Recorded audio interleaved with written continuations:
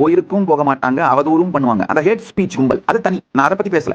நான் இப்போ ஹிப்போகிரிட்டிக்கல் கும்பலை பத்தி தான் பேசுறேன். ஹிப்போகிரிட்டிக்கல் கும்பல் யாருன்னா, இவங்க கோயிலுக்கு போவாங்க, அந்த கோயிலுக்கு போற வீடியோ, நியூஸ் இதெல்லாம் சோசியல் மீடியால வரும்.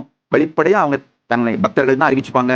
ஆனா அவங்களுடைய படங்கள்ல, சினிமால, இல்ல அவங்க பொது மேடையில் ஏறும்போது, அரசியல் மேடையில் ஏறும்போது, அந்த மாதிரி சூழ்நிலையெல்லாம் தொடர்ந்து சனாதன இந்து தர்மத்தோட வாழ்க்கை முறைய கிண்டல் அடிக்கிற மாதிரி அது மாதிரி கமெண்ட்ஸாவே பண்ணுவாங்க. அதாவது விபூதி அடிச்சிட்டியா அப்படிங்கிறத ஒரு ஏமாத்துறதுக்கு சமமான ஒரு வார்த்தையா மாத்துறது, சட்டிலா அடுத்த தலைமுறையை பிரெயின் வாஷ் பண்றது, உணர்வுல நேர்மை இல்லாமல் இந்த கொடுமைகளை எல்லாம் செஞ்சுட்டு பெருமான் முன்னாடி போய் நின்று, ஐயா பெருமானி வேற வழி இல்ல, அந்த சூழ்நிலையில டேரக்டர் எழுதி கொடுத்த டைலாக் பேச வேண்டியதா இருக்கு, இல்ல பொலிட்டிக்கல் மேடை, சமூக மேடை, அந்த சூழ்நிலையில அப்படித்தான் பிஹேவ் பண்ண வேண்டியதா இருக்கு. நீ தயவு செஞ்சு அதையெல்லாம் கண்டுக்காம என் படம் வெற்றி அடையணும், இல்ல என் தொழில் வெற்றி அடையணும், நான் மேன்மேலும் சிறக்கணும் எல்லாம் கேட்டீங்கன்னா, பெருமான் என்ன பண்ணுவாரு? கரெக்டுப்பா, நானும் உனக்கு அருள் அனுப்புறேன், ஆனா குறுக்கால நந்தி வந்து தடுத்துட்டாரு.